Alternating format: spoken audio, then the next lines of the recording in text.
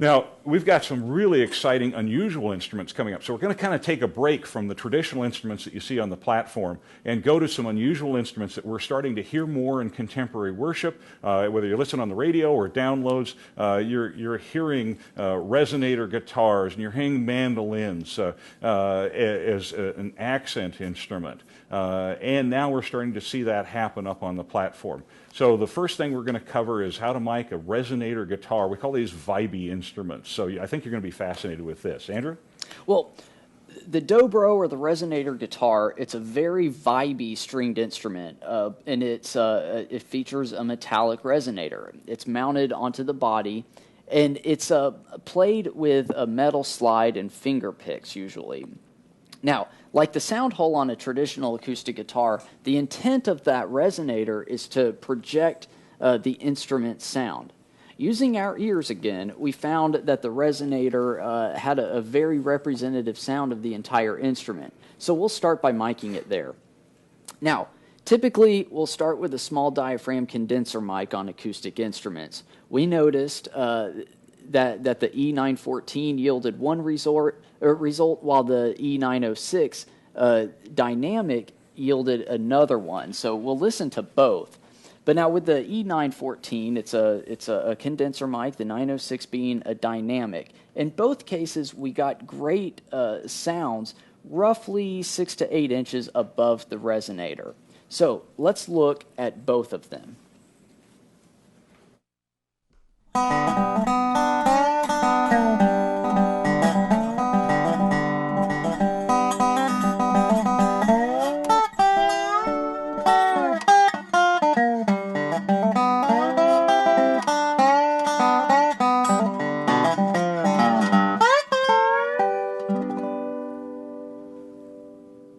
That's a great player to match the sound of that resonator. I want that guy on my worship team.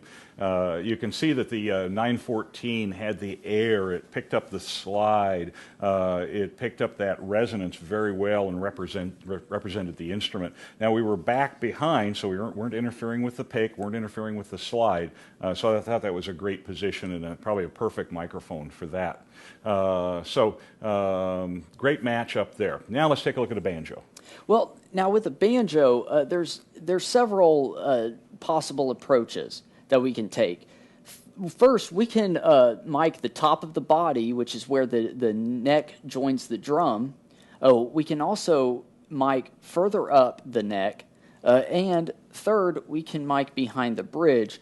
That'll give us a more traditional or a percussive sound. So we'll want to, again, start with a small diaphragm condenser. We're using the E914 again. This is definitely a utility tool. We're positioning the mic 3 to 4 inches from the instrument. Let's take a listen to them, to the E914 in all three positions.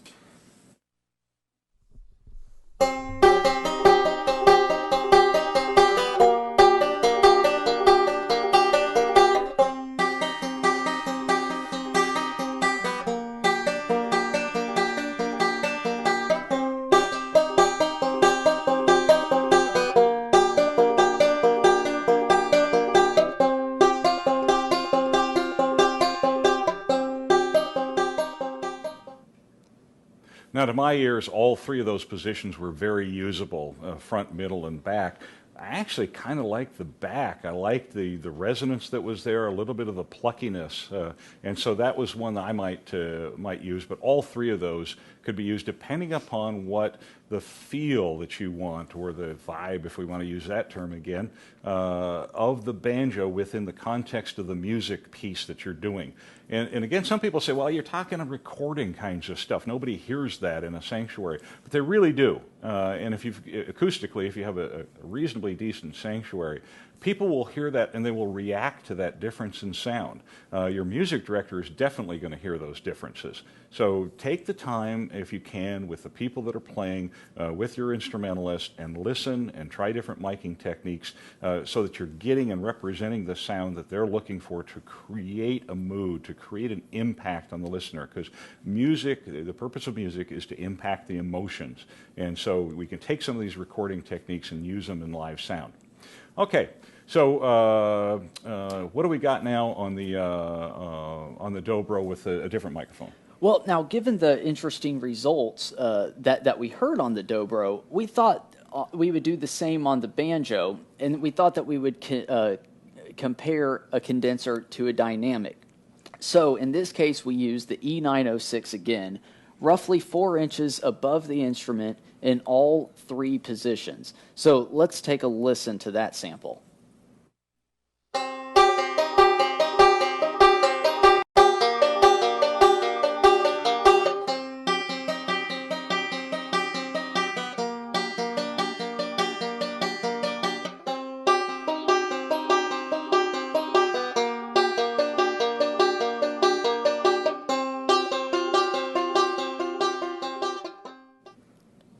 All right, so that was a good comparison. In that particular comparison, I like the 914. I think the 914 gave it some depth that we didn't see otherwise. So, but again, depending upon what you're trying to accomplish within the framework of the piece of music and the arrangement, you might prefer this particular mic or in one of those miking techniques. Okay, the key is to match it. Now, the mandolin. Mandolin is just a beautiful instrument to provide a little bit of fill in between verse and chorus, some lightness and some air, and I just absolutely love that instrument. What do you recommend for miking a mandolin?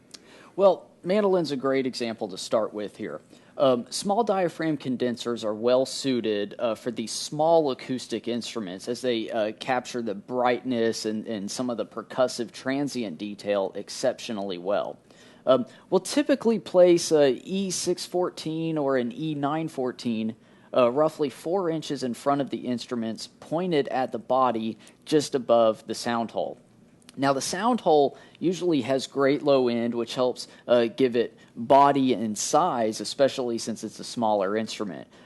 As a result, we would tend to aim the mic more toward the sound hole differently than we would with an acoustic guitar, because the acoustic guitar we might get a little extra boominess. However, that extra fullness on a mandolin is a little bit more needed. So, to do so, we'll place the mic further up toward the neck joint, and then we'll point the mic back at an angle, back towards the body. This technique worked wonders on the mandolin at the bar. Let's give this a listen.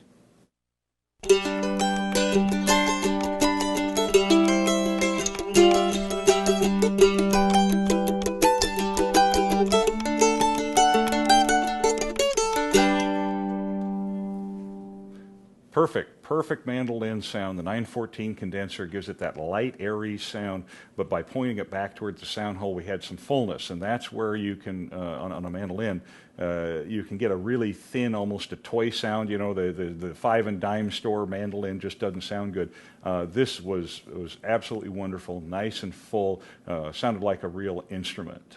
Now, I also noticed that we got that microphone in pretty close. We didn't interfere with the picking area, but we got it in close, so we got decent isolation from any sound that's around it, so we got decent gain before feedback. So that looks like a winner in terms of a miking technique. Let's take a look at a ukulele. Now, a ukulele poses similar challenges. It's even smaller than a mandolin, so we definitely need to know how to support any fullness of the sound that we can get. Again, we'll use a small diaphragm condenser. In this case, it's the E914 again. Placed roughly 3 to 4 inches in front of the instrument, close to the neck, but then pointed back at the sound hole again for some of that extra depth. Now, the sound hole resonates with plenty of low end, and that again gives us body and size to a lot of these small instruments. Now, the space is compact, so again, we want to make sure that we're out of the player's ways, and we want to make sure also that the player's hand isn't blocking the sound hole, which is why we put it up the neck and then angled it back. So let's listen to a ukulele with an E914 aimed this way.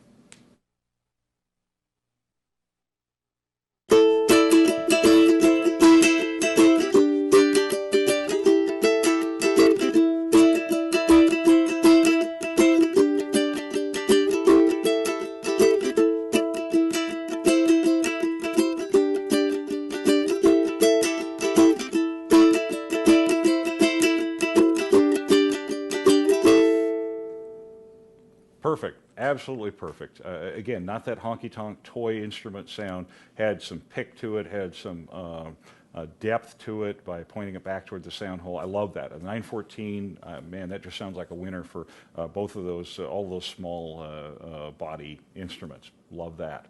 Again, want to remind you, we're going to be answering your questions, info@ccisolutions.com. Join our Twitter group at hashtag MikeLikeAPro. Hope you're listening on headphones, getting the fullness of these high-definition audio tracks that we're presenting to you so you can listen to the differences that we're demonstrating. And we've got some more exciting things to reveal at the end of the show. We've got about a half an hour left in the show. We've covered a lot of material, but now we're going to go to percussion.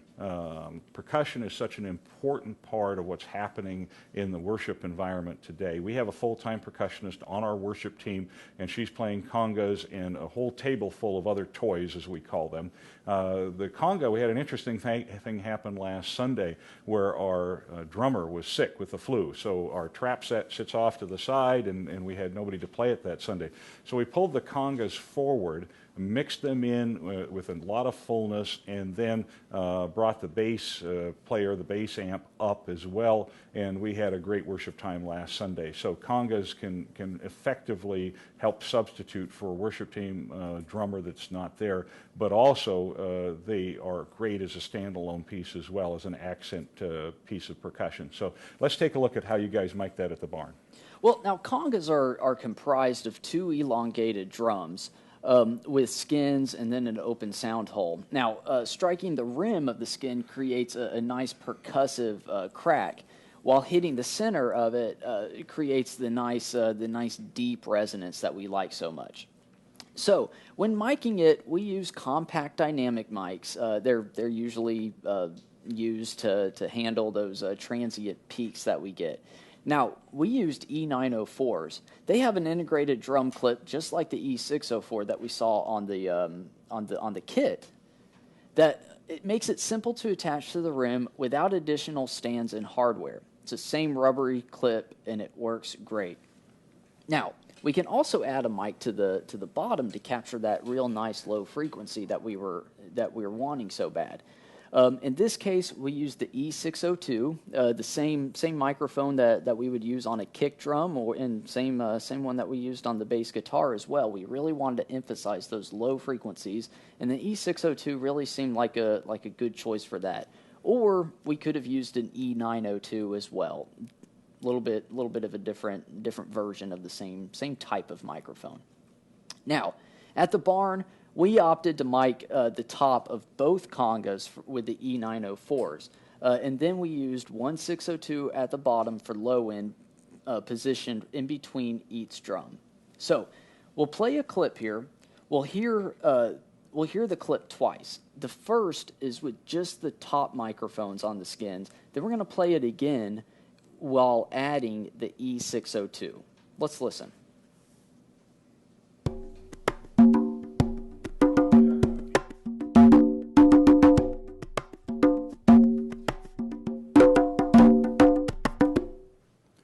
Now adding the 602 underneath the congas.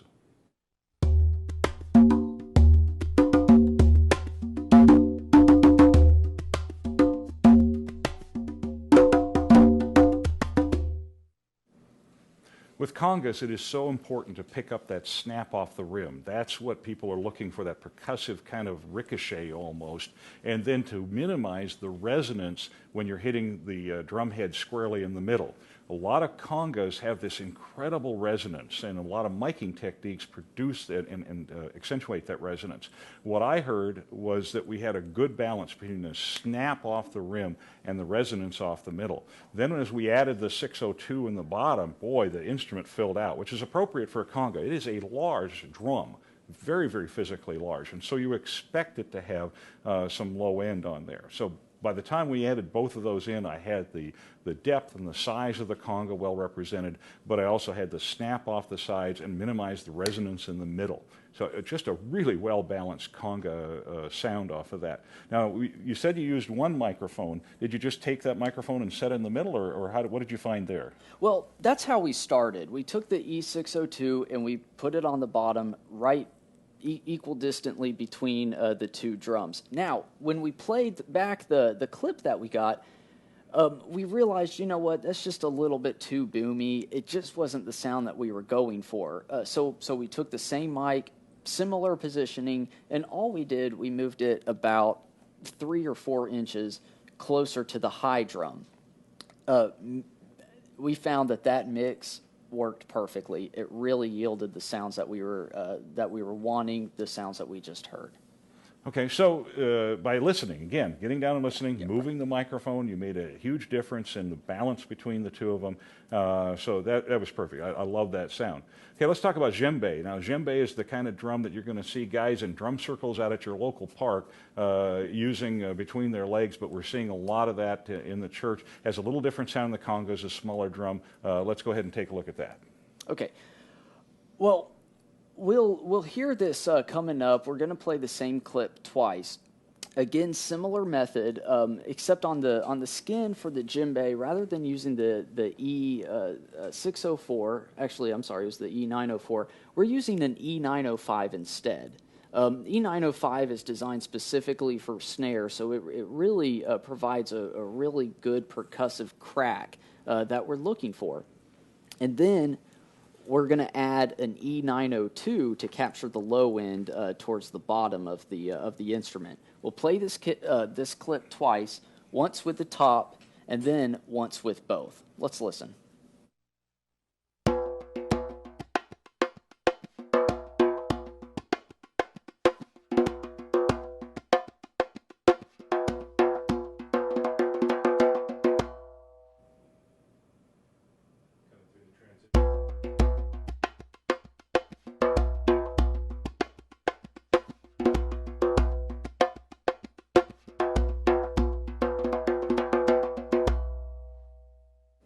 Again, you can see how this miking technique and these microphones take the characteristic of the djembe and reproduce them extremely well. If you've heard a djembe live, you'll notice that, again, the rim is critically important to that sound. There's a snap off that rim and then minimizing the resonance in the middle.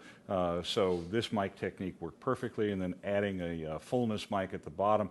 Again, we didn't overemphasize that. You can tell it in the mix. It's a smaller drum. We don't want to make it sound like a conga. So we just brought it in with a little bit of sweetness, and it filled out that drum to something that you might hear if you're 6 or 8 feet away from the drum. And that's really what we're looking to do, is create a natural sound as if you were within the radiating area of the instrument. And that's what's typically lost in most miking techniques, is that you end up with some artificial sound. But I can imagine myself being about 6 or 8 feet away, hearing the fullness of that drum while still hearing the snap. So that was absolutely perfect. Love that.